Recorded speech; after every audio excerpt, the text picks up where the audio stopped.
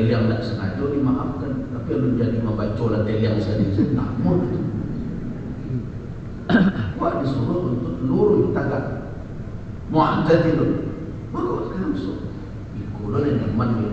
Nah, kenyamanan itu dicari di dalam tuntunan, bukan keluar dari tuntunan kemudian nyaman. Hati-hati ya, orang kan sekarang banyak berbicara tentang daud rasa dalam beribadah. Karena mengikat ibadah orang syariah kau tak pakai perasaan. Tidak bisa begitu. Rasa itu mengisi petunjuk syariat.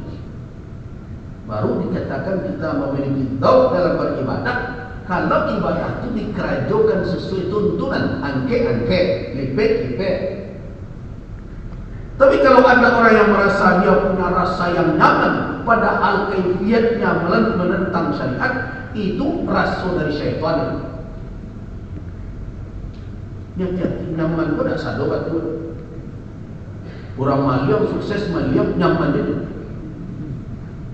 Malah pesta pora aja kita berhasil menjadi mafia kelas besar, kita merampok kemarin dan sukses. Nah pesta senang tidak nyaman. Apakah itu nyaman yang benar? Tidak, itu nyaman yang diberikan oleh syaitan. Jadi hati-hati. Kalau kita mau mencari khusyuk di dalam salat, mau mencari ketenangan, tumakninah, kedamaian di dalam salat, sebagaimana dikatakan oleh Nabi wajulat qurratu aini fi shalat, dijadikan kenyamanan qalbuku di dalam salat, kata Nabi. Bagaimana caranya? Carilah kenyamanan itu dalam tuntunan syariat yang ditunjukkan oleh Rasul, bukan di luar itu. Artinya apa? Saya mengajak kita semua untuk berkomitmen mengamalkan petunjuk salat itu sesuai dengan petunjuk yang diberikan oleh Rasulullah SAW yang dijelaskan oleh para ulama di dalam ijtihad mereka. Nah itu yang saya pesankan di awal pertemuan kita, majelis kita pagi. Kemudian kita lanjutkan. Kita berbicara tentang salat. Apa sebenarnya salat?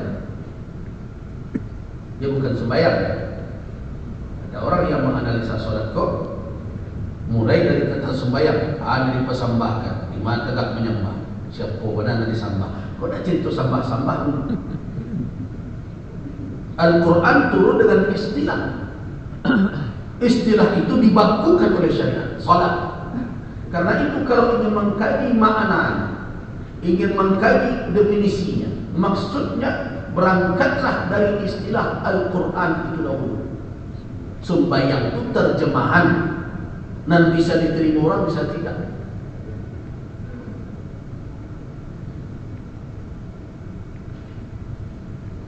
Jadi kalau kita mau tahu apa maksud dari salat, ya berangkat dari apa yang disebutkan oleh Allah di dalam Al-Quran, karena itu salat itu sendiri. So, kenapa? Ketika Al-Quran memakai suatu istilah, dibakukannya istilah itu, dan Nabi SAW menunjukkan apa maksudnya, maka istilah itu tidak tergantikan oleh terjemahan sebenarnya. Terjemahan ini hanya takrib, pendekatan saja. Jadi jangan itu dijadikan hujah.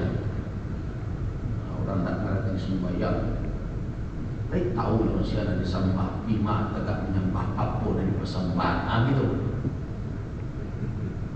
Awak ngaji itu dulu. Tetapi itu kan bukan mustalah Quran. Allah Subhanahu wa taala memilih dari sekian lughat, dari sekian bahasa, yang dipilihnya sebagai bahasa wahyunya apa? Bahasa Arab. Kan itu dikatakan Allah Subhanahu wa taala, "Inna anzalnahu Qur'anan Arabiyyan." Jadi berhati-hati itu. Kadang-kadang awak diajak seperti itu seolah-olah kuyuk pagi pada tadi usapan pagi nanda tersabui dan lain. Hobi waktu pada itu. Aduh kaji dekat gaji itu hebat kecewa. Inna anzalnahu Qur'anan Arabiyyan la'allakum ta'qilun. Maka saya termasuk dahulu yang sangat tidak setuju kalau istilah-istilah syar'i yang ada di dalam Al-Quran dan Sunnah kemudian diterjemahkan kepada istilah lain, bahasa lain yang itu tidak mewakili sebenarnya. Kenapa? Karena dari sekian bahasa Allah Subhanahu wa taala memilih kalamnya, wahyunya dengan mempergunakan apa? Bahasa Arab. Kami turunkan Al-Quran itu Arabiyyan berbahasa Arab la'allakum ta'qilun. Karena itu kalau kita bicara tentang salat, ya dari salat itu analisa kaji, bukan dari kata sembahyang. Walaupun kata sembahyang itu dipakai untuk menerjemahkan kata salat, tetapi itu tidak mewakili makna dari kata salat secara khusus. Terjemah itu tidak mewakili, hanya sebagai takrib. Itu makanya dahulu lama perdebatan ulama tentang boleh tidak menterjemahkan Al-Quran. Sebagian ulama mengharamkan terjemah karena khawatir nanti akan menggeser makna Al-Quranul Karim. Sebagian lagi membolehkan karena jika disuruh untuk berdakwah dengan lughat mereka tak pandai bahasa Arab, bagaimana kita akan menyampaikan teman-teman? Terjemah sebagai bahasa dakwah. Akhirnya sepakat nanti di dalam pertemuan tersebut, apa yang disepakati? Boleh Al-Quran diterjemahkan tapi dengan syarat. Apa syaratnya? Ada ketentuan. Yang pertama adalah terjemahan bukan Al-Quran. Itu perlu diingat, terjemah bukan Al-Quran. Karena itu tidak mengambil hukum Al-Quran sedikit pun. Jadi kalau Al-Quran membaca satu hurufnya, pahalanya berapa? 10. Kata Nabi, la aqul alif lam mim harf. Saya tidak mengatakan alif lam mim itu satu huruf, tapi alif harf, lam harf. Alif satu huruf, lam satu huruf, mim satu huruf. Jadi kalau membaca Al-Quran, memangnya baca Al-Quran, membaca alif lam mim, itu saja 30 kebaikan pahala yang diperoleh. Nah, terjemah dengan nama Allah dengan saja sudah 5. 6 lagi nama 4 sudah 10. Dapatkah 100? Tidak, datang. Tidak mengambil hukum. Kemudian dia tidak boleh menjadi rujukan, karena dia tidak Al-Quran tidak boleh menjadi rujukan di dalam berhujjah. Artinya apa? Tidak menjadi dalil. Itu terjemah. Nah, karena itu kalau kita mengkaji tentang apa petunjuk Allah, petunjuk Rasul tentang salat, ya yang kita rujuk adalah makna dari kata salat itu. Jangan berputar-putar dalam makna kata sembahyang. Sembahyang itu terjemahan awal.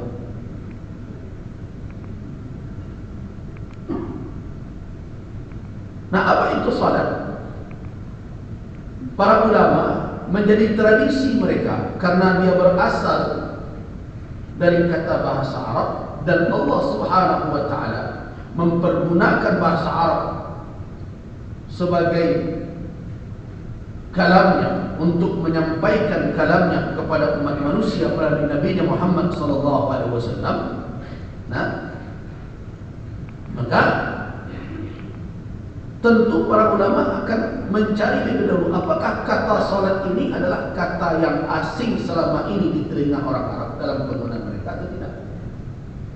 Nah, ternyata dari penelusuran kata salat ini bukan kata yang baru.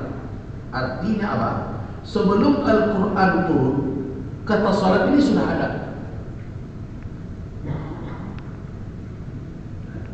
Sudah. Tetapi makna dari kata salat itu tidak seperti yang kita maklumi, yang kita pahami sekarang ini.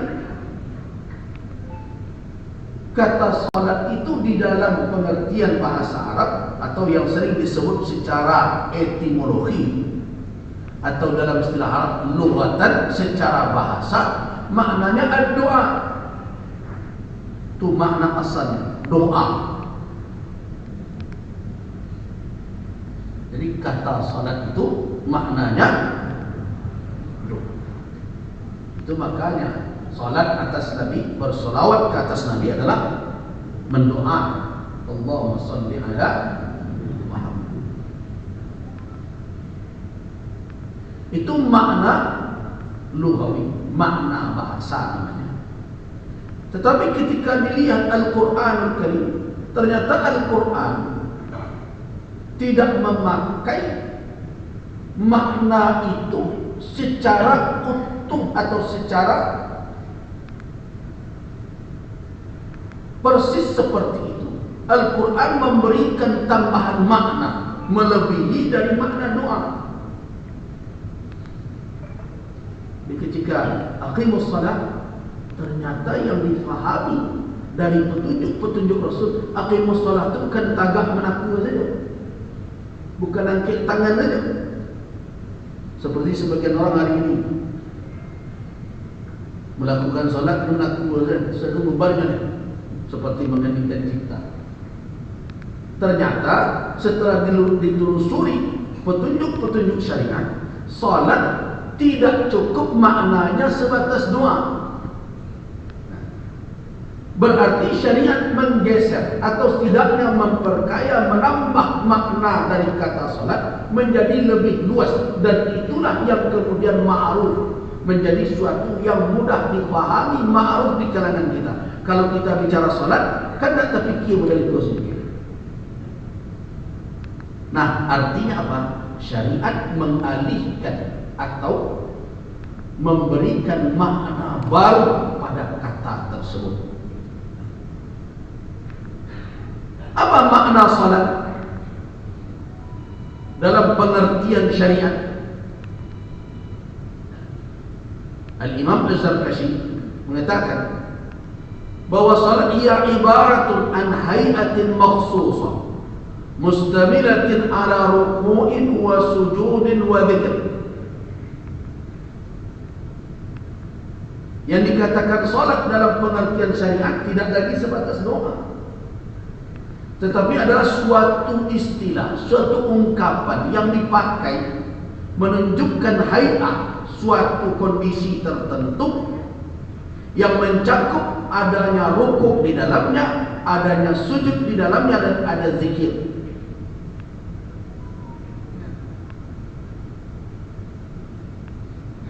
Nah, di dalam pengertian kita selama ini apa yang dikatakan salat? Yaitu ibadah yang khusus ditujukan kepada Allah Subhanahu wa taala, ya, dalam bentuk af'al, perbuatan tertentu, aqwal, perkataan tertentu, ya. Muftadah, dibuka dengan apa? Dengan takbir, wa mukhtatamah, dan ditutup dengan taslim, dengan salam. Nah, pengertian yang seperti itu dikatakan pengertian syar'i. Nah, itu namanya istilah syar'i namanya. Nah, semenjak Al-Quran mendatangkan salat dalam pengertian itu, maka ketika orang menyebut salat, maka yang hadir dalam pikiran setiap muslim mestinya apa? Bukan hanya doa lagi. Nah, itu namanya hakikat syariah namanya. Hakikat syariah itu sama dengan zakat. Zakat itu artinya apa? Bisa bermakna tumbuh, bisa bermakna bersih. Tetapi ketika awak menyebut zakat, ada dalam kepala awak itu. Sebagian narato awak keluarkan kalau telah memenuhi syarat tertentu pada waktu yang telah ditetapkan. Kalau dia pakai haul waktu kepada orang yang telah ditetapkan, itu makna syar'i. Jadi ada makna bahasa, ada makna syar'i. Jadi kata salat sekarang yang bertebaran di tengah kita adalah apa? Adalah suatu penamaan, suatu istilah, suatu ibarat yang ditunjukkan oleh syariat yang mencakup apa? Mencakup perbuatan tertentu, khusus perbuatan, aqwal, perkataan tertentu, ya, Jadi khusus perkataan yang diawali dengan takbir ditutup dengan tasbih, dengan salam. Nah, itulah salat. Mau orang itu menyebut adalah salat syariatkah, salat hakikat, begitulah pengertian salat.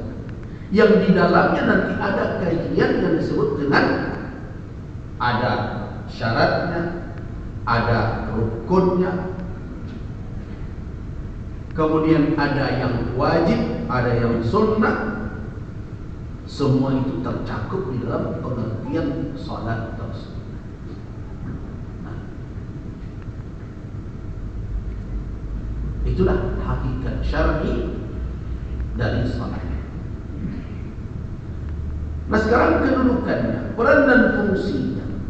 Kemarin sudah kita singgung bahwa salat adalah amalan yang datang setelah syahadat. Meninggalkannya adalah perbuatan dosa besar. Bahkan Nabi SAW mengatakan bahwa al-fasl, pemisah antara mukmin dan kafir adalah salat. Nah, karena itulah makanya syariat mendorong orang tua untuk melatih, mengajarkan dan melatih anak-anaknya sebelum kewajiban salat itu melekat pada diri mereka. Kewajiban syar'i itu kan melekat kepada orang yang telah balik berakal. Syarat wajibnya suatu ibadah syar'iyyah, ibadah itu adalah bulugh, balik. Tetapi karena begitu pentingnya salat ini, orang tua diperintahkan oleh syariat untuk ayyu'awwidhu, membiasakan anak mereka semenjak umur 7 tahun, supaya mereka nanti tidak berat dalam melakukannya, supaya mereka belajar lebih dahulu, lebih awal bagaimana kaifiyat. Itu menunjukkan apa? Menunjukkan begitu penting dan begitu besarnya nilai tinggi nilai dari ibadah. Nah, dengan demikian berarti kita sudah memahami bahwa salat memiliki kedudukan yang tinggi, yang mulia di dalam Islam. Bahkan itu awal taklif, beban yang harus disandang oleh seseorang setelah syahadat berdasarkan kepada hadis yang kita telah jelaskan pada majlis yang lalu. Hadis Umar bin Khattab, Jibril datang menjelma menjadi seorang laki-laki itu, di mana jawaban Jibril alaihissalam ketika ditanya oleh Nabi tentang Islam, antashhada an la ilaha illallah wa anna Muhammadar Rasulullah wa an tuqimas salat, syahadatain, kemudian engkau dirikan salat. Nah, walaupun kita telah tahu tentang salat, tentu tugas kita adalah bagaimana salat itu hari demi hari bisa dilakukan dengan baik. Kenapa? Karena petunjuk Rasul sallallahu alaihi wasallam kepada kita, hendaknya ibadah kita itu bukan menurun grafiknya, tapi meningkat, baik dari sisi kuantitas maupun dari sisi kualitas. Dan itu yang diajarkan oleh Nabi sallallahu alaihi wasallam. Bagaimana Nabi sallallahu alaihi wasallam mengajarkan kepada kita, yang awalnya kepada para sahabat, kepada Muaz misalnya, la tansa, jangan engkau lupakan untuk mengucapkan setelah salat fardumu kalimat Allahumma a'inni ala dzikrika wa syukrika wa husni ibadati. Ya Allah, bantulah aku ala dzikrika wa syukrika, dan bersyukur kepadamu, zikir senantiasa kepadamu. Itu kan petunjuk Nabi kepada Mu'adz. Riwayat ini juga ada dari Abdullah bin Mas'ud radhiyallahu anhu. Hadis ini diriwayatkan oleh Imam Ahmad bin Hanbal dan juga Imam Al-Bazzar. Apa kata Nabi, ya Mu'az, wallahi inni la uhibbuk, wahai Mu'az, demi Allah saya sayang kepadamu. Kemudian, wallahi inni la uhibbuk, demi Allah saya sayang kepadamu. Kata Nabi kepada Mu'az bin Jabal, faqala usika ya Mu'az, aku pesankan kepadamu wahai Mu'az, aku wasiatkan kepadamu, la tad'anna, jangan engkau tinggalkan fi duburi kulli salatin, pada dubur, pada penghujung setiap salat. Ini nanti ada dua pemahaman ulama di situ. Apakah dubur itu maknanya adalah sebelum salam atau ba'da salam? Ada dua pengertian. Nanti kita akan sampai ke sana. Nah, apa yang kau katakan, Allahumma a'inni, ya Allah bantulah aku. Untuk apa? Ala dzikrika, untuk senantiasa berzikir kepadamu. Wa syukrika, senantiasa bersyukur kepadamu. Wa husni ibadatik, husni ibadatik apa maknanya? Yaitu ibadahku kepadamu itu semakin membaik, ibadah yang baik untuk tetap begitu. Jadi itu kadar minimal, jangan ibadah itu turun. Nah, bagaimana kita meningkatkan ibadah kita? Tentu peningkatannya adalah dengan apa? Dengan meningkatkan ilmu kita tentang bagaimana petunjuk pelaksanaan ibadah tersebut. Jadi kalau selama ini yang dapat di dalam zikir cuma subhana rabbiyal a'la, subhana rabbiyal a'la, ternyata Nabi SAW mengajarkan banyak zikir yang dibaca di dalam sujud. Allahumma laka sajadtu wa bika amantu, dan seterusnya. Ada subuh kudus rabbul malaikati war ruh. Di samping subhanallah rabbana wa bihamdika Allahumma. Itu juga ternyata dalam istiftah salat, ketika kita membaca iftitah salat, ternyata Nabi menunjukkan beragam iftitah. Allahumma ba'in, Allah subhanahu wa ta'ala.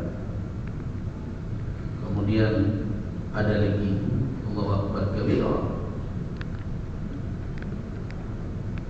ada pula wajah wajahiyah yang cenderung kita potong-potong separuh saja. Nah, itulah yang kita tingkatkan ilmu, tingkatkan pemahaman kita tentang.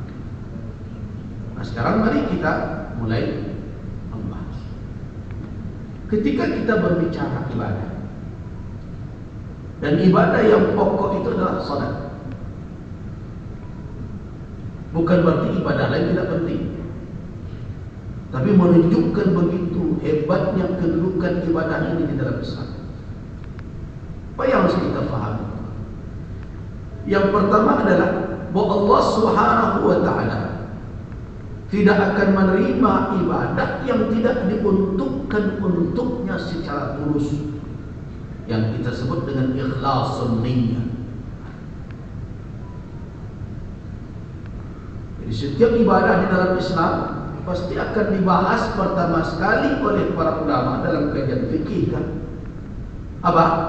Perkara ikhlasun niyyah, niat yang ikhlas untuk beribadah, karena niat itu adalah rukun dari setiap ibadah. Jadi ibadah apapun, niat adalah min arkan, merupakan rukun. Karena itulah makanya para ulama dari berbagai mazhab, walaupun mereka berbeda dalam mentakbirkan, mengungkapkan, mereka bersepakat sebenarnya bahwa ibadah yang dilakukan tanpa niat itu tidaklah makbul di sisi Allah Subhanahu wa ta'ala. Karena niat itu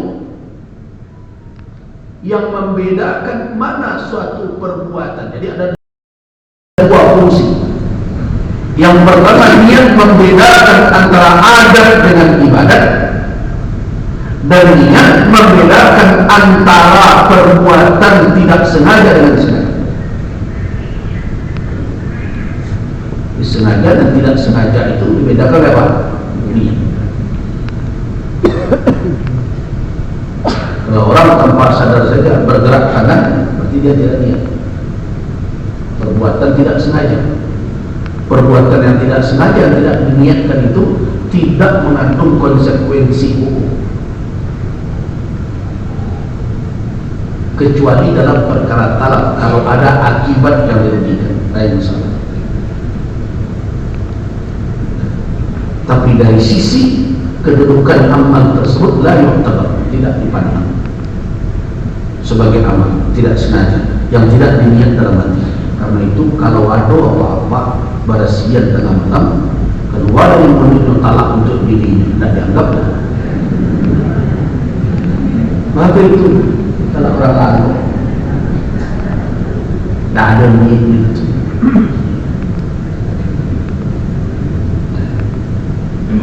Ya, itu beda niat.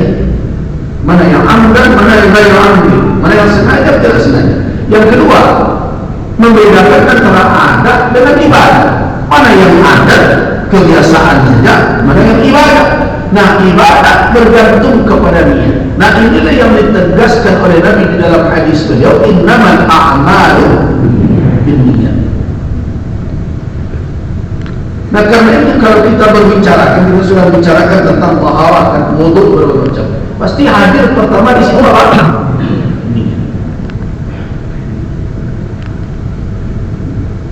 Nah, kedudukan niat di dalam syariat, di samping dia menjadi salah satu rukun, ada ulama yang mengatakan itu adalah syarat, tetapi yang jelas keduanya bersepakat bahwa menghadirkan niat itu wajib hukum. Wajib, tidak sunnah hukum, tapi wajib. Untuk apa kedudukannya dan perannya? Yang pertama, dia menjadi rukun. Tadi apa yang dikatakan rukun? Rukun adalah sesuatu yang bergantung dengannya keberadaan sesuatu yang lain. Ada dia, baru ada yang lain. Tidak ada dia, tidak ada. Itu rukun namanya.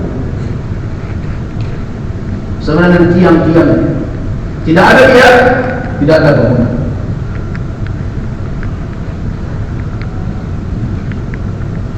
Mayazam, apa yang menjadi suatu kemestian, adanya dia baru ada sesuatu. Adanya dia baru ada sesuatu. Tidak ada dia, tidak ada sesuatu. Kalau ada orang berdiri saja tanpa sadar, diikutinya imam, tapi dia tidak sadar. Apakah itu salat? Tidak. Karena niat. Yang kedua, niat itu menentukan kualitas amal. Sampai ukurnya kualitas, sehingga dia akan menerima imbalan di sisi Allah. Kedudukan amalnya itu menentukan dia akan menerima nanti imbalan, faedah dari amal itu sesuai dengan niatnya. Walikulli imri'in ma nawa. Semakin tinggi tingkat keikhlasan seseorang, maka akan semakin besar faedah dari amal itu dia peroleh. Semakin tipis tingkat keikhlasannya, seperti itu pula yang akan dia dapat. Bahkan kalau melenceng keikhlasannya itu kepada yang lain, Allah Subhanahu wa ta'ala tidak menerimanya sebagai amal untuk. Nah, itu makanya hati-hati dalam perkara niat. Apa kata Allah Subhanahu wa ta'ala dalam hadis qudsi? Inni aghna syuraka. Saya adalah, kata Allah, aghna syuraka, yang sangat tidak butuh untuk dipersekutukan. Jadi hati-hati. Itu dalam hadis yang diriwayatkan dari Abu Hurairah oleh Imam Muslim rahimahullah. Rasulullah sallallahu alaihi wasallam bersabda, qala Allah tabaraka wa ta'ala, Allah tabaraka wa ta'ala berfirman, ana aghna syuraka. Saya adalah yang tidak membutuhkan syarik, mitra. Jadi jangan Allah dipersekutukan, dimitrakan dengan yang lain. Bapak salat Doa karena Allah, tapi untuk calon dua nonton dua. Ada dua. Nah, ingat, man amila amalan asyraka fihi ma'i ghairi, siapa saja yang melakukan suatu amal yang mempersekutukan aku dengan yang lain dalam amal itu, maka taraktuhu wa syirkah, aku tinggalkan orang itu dengan kesyirikannya itu. Itu syirik niyat. Jadi berhati-hati. Artinya apa? Benar kalau ada ulama mengatakan bahwa ikhlasnya niat itu menjadi syarat qabulul amal itu diterima. Jadi ikhlasnya niat menjadi syarat. Tanpa keikhlasan amal tidak akan diterima. Jelas. Karena itu akhlisu, ikhlas dan niat. Yang kedua, yang dituntut agar amal itu makbul adalah isabatus syariah, kesesuaian amal itu dengan petunjuk syariat, atau dalam lain mengatakan isabatus sunnah, harus sesuai dengan petunjuk yang diberikan oleh Nabi sallallahu alaihi wasallam. Niat ikhlas, amalan sesuai.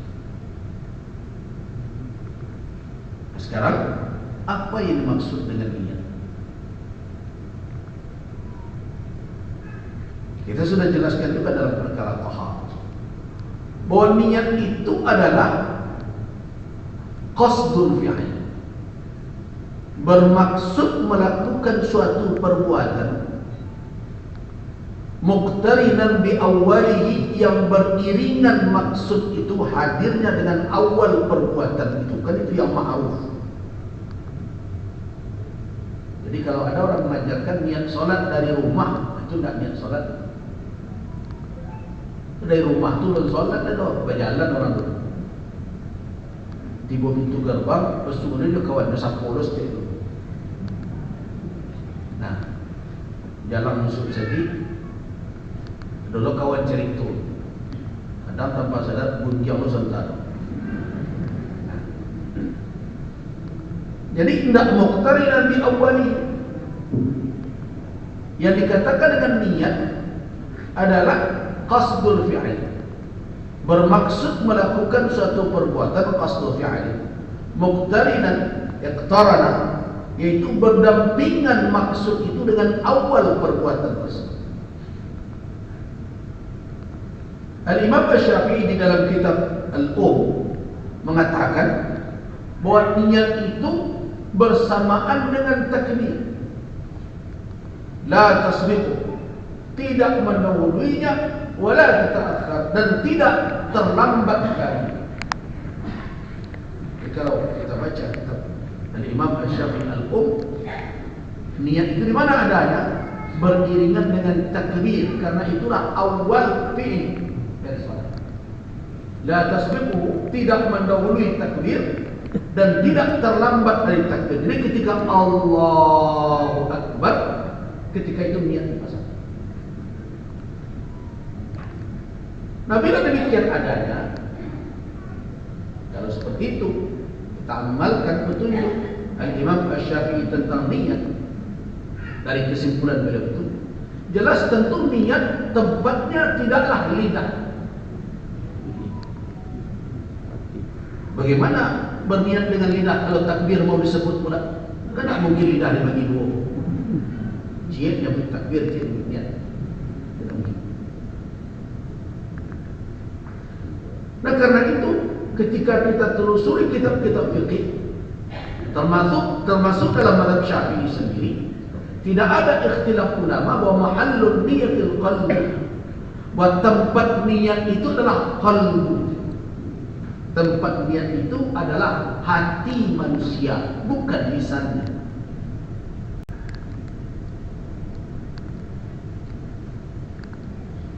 Itu ittifaq. tidak ada ikhtilaf bahwa tempat niat di mana. Bahkan di dalam berbagai kitab fikih ada tafri', dibuat poroknya. Contohnya dalam fikih, misalnya bagaimana kalau lidah seseorang asal benar, tetapi akhta, tersalah qalbunya. Al-Imam An-Nawawi membuat contoh seperti itu. Kemudian tafri' yang membuat furuknya. Bagaimana kalau begini keadaannya? Nah, buat lidah, tapi hati keliru. Orang tagak salat maghrib, tapi mukasid dalam hatinya isya. Lisannya maghrib. Apakah sah niat? Beliau katakan tidak sah. Kenapa?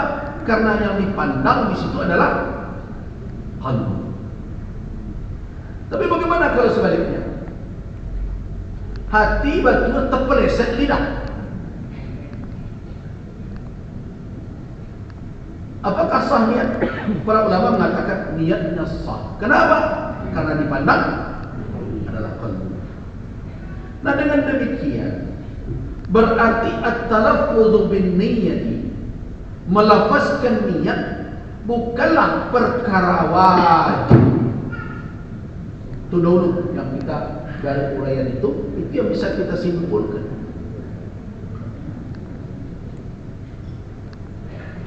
Melafazkan niat bukan perkara wajib. Itu yang kita fahami dari berbagai mazhab yang menyuruh untuk melafazkan niat.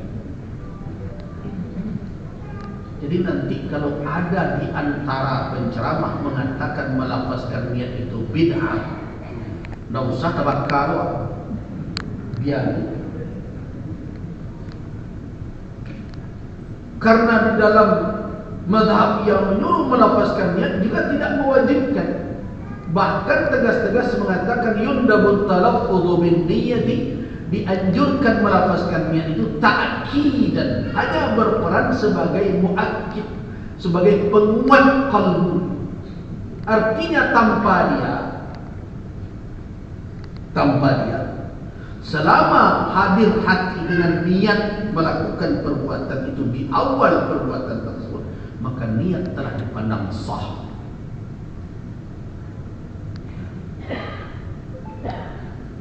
Dan kalau kita mau telusuri dalil, apakah secara sharih, nanti dari sisi pemahaman dalil, secara sharih adakah Rasulullah sallallahu alaihi wasallam menunjukkan model lafaz niat? Tidak kita temukan. Jadi tidak kita temukan usalli fardal maghrib salasa raka'at mustaqbilal qiblati ma'muman lillahi ta'ala. Apakah lafaz seperti itu ditunjukkan oleh Rasul? Tidak kita temukan. Nah, tapi ulama menyusun itu alasannya apa? Bukan karena lafaz itu ma'zur, bukan riwayat Nabi, tetapi ini lawazimnya. Nah, karena itu dalam perkara talaffuz melafazkan niat terjadi ikhtilaf ulama. Ada yang menganjurkan dan ada yang tidak menganjurkan. Dari dua perbedaan pendapat ini, saya lebih memilih, ini pilihan fikih namanya, saya lebih memilih tidak melafazkan. Kenapa? Karena niat itu adalah buah dari ilmu. Ketika kita menyebut maghrib, maka otomatis kalau orang itu telah berilmu tentang salat maghrib, tidak perlu lagi disampaikan fardu. Sebab kita tahu dalam kata maghrib itu fardu dalam maksud 3 rakaatnya lah do, nyolat tagak madok ke kiblat, tak mungkin yang madok ke Israel. Nah, dan ada di belakang imam, berarti jadi makmum. Nah, ketika itu hadir, maka la yahtaj, orang itu tidak membutuhkan kepada lafaz. Jadi niat itu buah dari apa? Thamaratul ilmi bil amal. Buah dari ilmu tentang amal. Sama aja orang kalau diumpamakan menyambut anak bo. Kalau anaknya suram saja, kenapa perlu sabunnya? Laki-laki, kakinya buo. Nah, kenapa saya memilih yang itu? Saya lebih cenderung apa yang dikatakan oleh Imam Asy-Syafi'i dalam Al-Um itu, niat itu adanya antara alif dan ra. Allahu Akbar. Dan kalau ada yang menukilkan bahwa Imam Asy-Syafi'i menganjurkan orang untuk melafazkan niat, berhujjah dengan pernyataan beliau ketika orang akan melakukan ihram ketika haji, saya sependapat dengan Imam An-Nawawi yang mengatakan itu tersalah dalam menukilkan. Imam Asy-Syafi'i rahimahullah tidak mengajarkan lafaz niat. Yang kita tahu adalah Al-Imam Asy-Syafi'i menuntut orang menghadirkan niatnya bersamaan dengan takbir Allahu Akbar.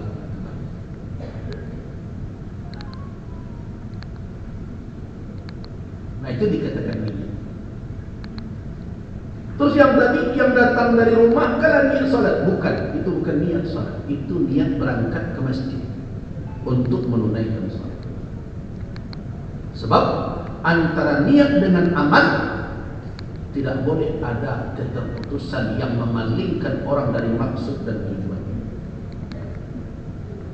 Nah, kalau dipalingkan orang setelah berniat, berarti antara niatnya dengan amalnya tidak menyatu. So, baru dikatakan niat ketika awal, ketika hilangnya taraddud, ragu-ragu, atau tidak ada suatu maksud lain yang masuk ke dalamnya yang memalingkan diri dia dari perbuatan tersebut. Nah, hanya dikecualikan dalam perkara ini adalah siam, puasa. Di luar dari itu, maka niat dilakukan di awal perbuatan. Puasa kan awal perbuatannya imsak. Niatnya boleh tengah malam, boleh. Puasa sedikit dan dikecualikan. Tapi dari itu tidak. Haji, umrah tidak di sini dipasang niat. Lo ngecek bahwa niat haji. Itu niat air namanya. Kalau niat hajinya, niat hajinya di mana? Di awal orang nanti muntalabis. Dia mulai melakukan ibadah itu, ditentukan tempatnya dan ditentukan waktunya. Itu dikenal dengan miqat. Miqat makani, tempat orang di situ. Dia mulai menjalankan dari sana, dia mulai melangkah menjalankan ihramnya, niat hajinya atau niat umrahnya, dan pada waktu yang ditentukan. Kalau haji ada bulannya, kalau umrah boleh sepanjang tahun. Itu disebut dengan miqat zaman. Jadi selain puasa, niat itu ada di awal perbuatan tersebut. Sama dengan orang berzakat. Kapan niatnya? Tidak tahun lalu ketika dia memberikan. Ada pula yang mengatakan ketika dia menyisihkan. Tapi pendapat yang kedua ketika dia memberikan orang dan masanya. Nah, karena itu tidak dituntut, tidak ada kewajiban. Misalnya sedekah dan zakat itu harus dilafazkan pula, kecuali kalau dia berfungsi i'lam, memberitahukan kepada orang yang butuh pengetahuan, seperti amil. Dia dituntut, kau zakat pak. So, kadang-kadang ambil zakat kau dulu nerima sedekah boleh, supaya jangan ragu dia, maka dijelaskan. Tapi kalau tidak, kalau ada seseorang tahu dia adalah orang yang berhak, kemudian diberikan dengan niat berzakat, apakah sah zakatnya? Tanpa disebutkan ini zakat saya sah. Tidak ada dituntut talafuz. Itu tidak bisa orang mendoakan bala, tidak bisa. Kan mendoakan orang yang memberi tergantung zakat saja. Apa saja kalau orang memberi kita doakan, ya kan? Apabila kamu diberikan sesuatu, fakafihu, imbangi pemberian, berikan. Fa illam tukafihu, kalau kamu tidak mampu untuk membalasi, apa tugas kita? Fad'u lahu, doakan itu. Sama dengan Rasul ketika Muhammad bin Ali, inna salataka salat, doakan mereka, doa engkau itu akan memberikan tenangan kepada mereka. Begitu. Jadi berarti tidak terkait harus melafazkan niat doa untuk melakukan ibadah, termasuk juga haji dan umrah. Apakah ada petunjuk dari Nabi ketika orang haji dan umrah, nawaitul hajj atau nawaitul umrata wa ahramtu biha fataqabbalha anni wa yassirha alayya ya rabbal alamin? Lafaz tersebut tidak ada datang dari Rasul sallallahu alaihi wasallam. Tetapi kenapa kemudian diajarkan oleh ulama? Supaya orang yang berniat itu memiliki maklumat yang cukup tentang amal yang dia lakukan. Itu sebenarnya peran dan fungsinya. Tapi kemudian orang terikat dengan lafaz itu, padahal lafaz tersebut tidaklah ma'sum, tidak diriwayatkan dari Rasul sallallahu alaihi wasallam, karena itu tidak punya kekuatan mengikat. Makanya para ulama tidak meletakkannya menjadi suatu kewajiban. Sebagian ulama menganjurkan, tak lebih daripada apa? Untuk membuat hati menjadi kokoh. Nah, saya tidak sependapat membid'ahkannya, tetapi saya memilih tidak melafazkannya. Itu yang pertama, bicara tentang niat. Jadi tempat niat adalah di dalam qalb. Kemudian kita lanjutkan. Sebelum kita berbicara tentang apa yang menjadi amalan pertama yang dilakukan oleh orang yang salat, yaitu qiyam dan berdiri pertama sekali. Setelah niat kita bicarakan tentu qiyam, berdiri. Kapan seseorang berdiri untuk melakukan salat, terutama dalam salat berjamaah, dan bagaimana kaifiat berdirinya nanti? Terus sebagian orang ada yang tidak memahami bagaimana kaifiat berdiri dan seperti apa hayat keadaan berdiri dia. Kemudian ada orang yang demi mengejarkan saf bersambung mengangkang, saudara. Kawan dijujur tak muah, sekolah tak muah, hanya mengangkang. Bukan.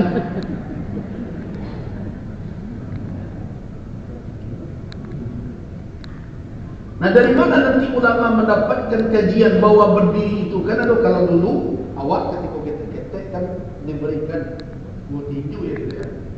Nah, dari mana dapatnya petunjuk itu? Nanti kita akan kaji sampai ke sana. Dari mana dapatnya bahwa berdiri? Nah, jadi yang perlu diingat adalah bahwa salat tersebut hayatnya, keadaannya itu adalah seperti yang ditunjukkan oleh Rasul sallallahu alaihi wasallam. Nah, termasuk nanti kalau kita salat berjamaah, kapan kita akan berdiri? Di posisi mana kita mestinya berdiri? So, tidak asal berdiri saja. Kita juga tahu pula posisi kita dan ukuran kemampuan kita. Kalau kita dari sisi hafalan dan bacaan indah setara-tara imamnya, menghindarlah dari belakang imam itu.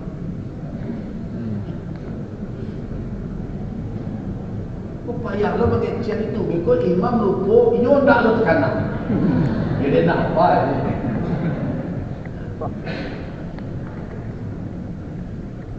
Termasuk juga anak kecil.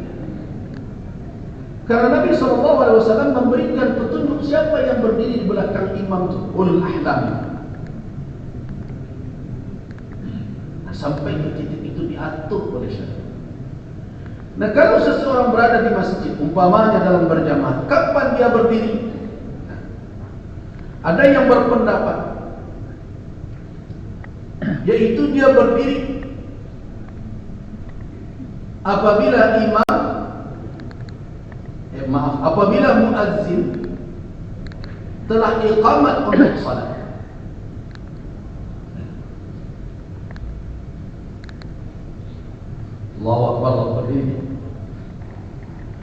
Ada yang berkata bahwa berdirinya seseorang untuk salat kalau dia berada di masjid berjamaah ketika muazzin mengatakan qad qamatis salat. Ada yang mengatakan bahwa berdiri itu pada hayya 'alas salat. Ada yang mengatakan berdiri itu sesudah iqamah. Tapi kalau kita melihat merujuk kepada petunjuk Rasul sallallahu alaihi wasallam, bahwa berdiri itu mengikuti imam. Ada dua keadaan. Dua keadaan. Keadaan pertama, imam mawjud bainahum. Imam itu ada di antara mereka. Keadaan yang kedua, imam itu tidak ada di antara mereka, tidak duduk di tengah mereka. Tetapi imam itu masuk. Di sinilah manajemen masjid dalam beribadah. Ketika imam masuk, maka saat itulah muazzin mengiqamatkan salat. Jadi muazzin tidak melihat ibu-ibu yang salat sunat di belakang. Dia perlu diingat ya. Kau pernah lewat bisa dicaci, imam itu suruh nanti tidur, ya tuh ibu itu sedang sunat. Muazzin itu iqamat mengikuti imamnya. Ketika imamnya terlihat masuk dari pintu, di saat itulah muazzin iqamat. Apalagi kalau dah diperintahkan, diisyaratkan. Awak sedang salat sunat, awak harus mengerti. Nanti ada dua keadaan. Yang sedang salat sunat itu dua keadaan. Yang pertama, dia bisa menyegerakan salatnya dengan tajawuz, dengan meringkaskan bacaan, dan bisa dia salam sebelum imam takbir. Yang seperti itu dia percepat sunatnya. Tapi kalau tidak bisa seperti itu, sehingga akhirnya seorang imam sudah takbir dan dia masih sunat juga, sebaiknya tidak itu dia pilih. Kenapa? Diamalkan hadis idza uqimatis shalah fala salata illa al-maktubah. Apabila telah iqamat orang untuk salat, tidak ada salat melainkan yang fardu. Kedua, saya lewati. Hari ini imam dan menurut makmum gara-gara dalil demokrasi yo.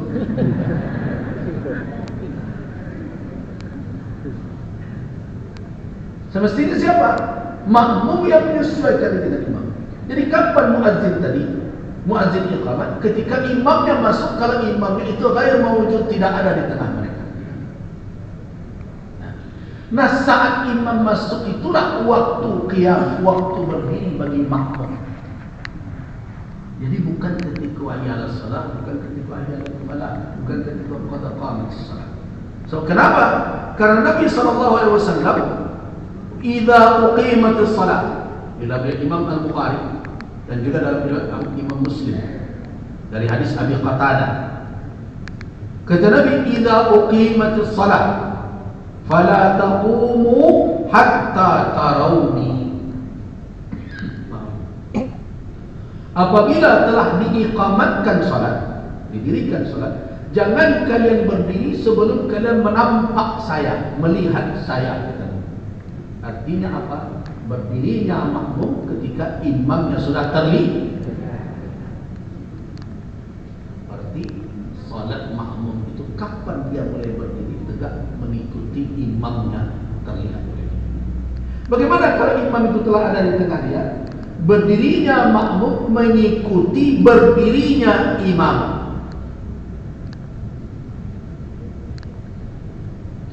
Kalau imam tadi duduk, dia berdiri menyuruh muazzin iqamah. Nah, ketika itulah makmum berdiri. Jadi pendapat yang kuat dalam perkara ini adalah berdirinya makmum beriring dengan terlihatnya imam atau berdirinya imam yang telah ada. Nah, bagaimana qad qamatis salat? Betul, itu mazhab Hambali yang berpendapat seperti itu. Tetapi kalau kita merujuk kepada hadis tadi, maka jelas yang kuat adalah berdirinya makmum adalah bertepatan dengan terlihatnya imam dan berdiri berdirinya imam kalau imam yang telah ada.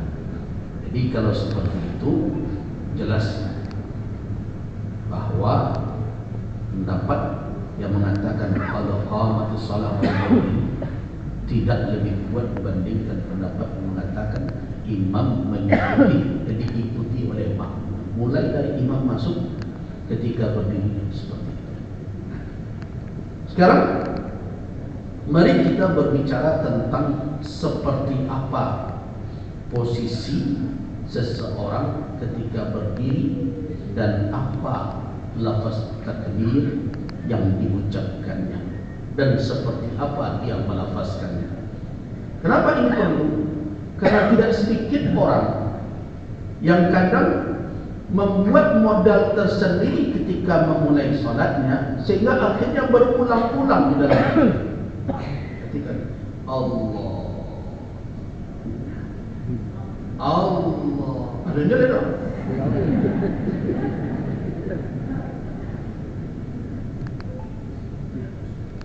Ada orang mengatakan alun di badan dong, alun khusyuk dong, alun hadirnya dong. Apakah betul ketika takbir itu seseorang harus ibarat charger 100% baru boleh takbir? Tidak demikian. Karena itu yang perlu dipahami untuk kita akan melakukan takbiratul ihram, yang pertama adalah keadaan posisi kita. Apakah dalam keadaan siap? Jangan dalam keadaan belum berada di tempat salat tapi telah takbir seperti dilakukan Abu Bakar. Abu Bakar, sahabat Nabi radhiyallahu anhu, Abu Bakar karena ingin berjamaah dengan Nabi, ketika Nabi rukuk dia sampai pintu. Nah, mungkin dia ingin dapat rakaat itu, tidak ingin ketinggalan rakaat di pintu itu. Takbirnya sampai Allah dan Nabi jalan selangkah-selangkah sampai ke solat. Nah, tapi ini cara Rasul, ini perlu jadi pelajaran juga bagi kita. Saya repot juga menyelesaikan berbagai masalah. Di antaranya kemarin ada organisasi yang mengadu karena ada yang mereka merasa tidak nyaman dengan pernyataan seorang kawan kita di dalam dakwahnya, Bakar Wanjir. Saya sudah terima dan insyaAllah setelah selesai pemilu selesailah. Nah, alhamdulillah saya rasa bertemu daripada nanti ngadu pula sampai ke polisi berbagai macam yang bagus. Nah ini, tapi lihat Nabi bagaimana caranya mengatakan Abu Bakar seperti itu caranya. Kan niatnya baik gitu. Dia ingin berjamaah dari awal dengan Nabi. Selagi dapat rakaat dia usahakan. Apa kata Nabi? Zadakallah hirsan. Allah menambah semangat engkau, harapan engkau untuk tetap salat berjamaah itu ditambah Allah lana. Walakin la ta'ud. Tapi nak kerajuan tadi dia ulangnya letak. Ini tak dipatah Nabi. Kalau kini mencelik jamaah mereka itu kan dia hari itu ya. Dah sekian lama dia belajar itu perangai kemangan jilalok betul. Kalau Nabi tidak, zadakallah hirsan. Allah menambah harapnya engkau, inginnya engkau berjamaah ditambah-tambah lagi. Walakin la ta'ud. Tapi nak kerajuan tadi dan diulang balik. La takabbir, jangan engkau bertakbir hatta ta'tiya saffa, sampai engkau datang ke saf. Artinya apa? Takbir itu memang dipersiapkan. Posisi kita di mana, keberadaan kita di mana. Jangan lu mengamang-alih anguk sasak. Itu makanya ketika kita berjamaah, Nabi SAW tidak izinkan jamaah untuk berlari mengejar walaupun sudah iqamah. Alaikumus sakinah, tenang sajalah berjalan. Wa ma wajadtum fasallu. Berapa yang dapat salat? Wa ma fatakum. Kalau tertinggal ya sempurnakan. Kenapa? So kalau berlari di risiko terus rakaat mengambil anguk saja.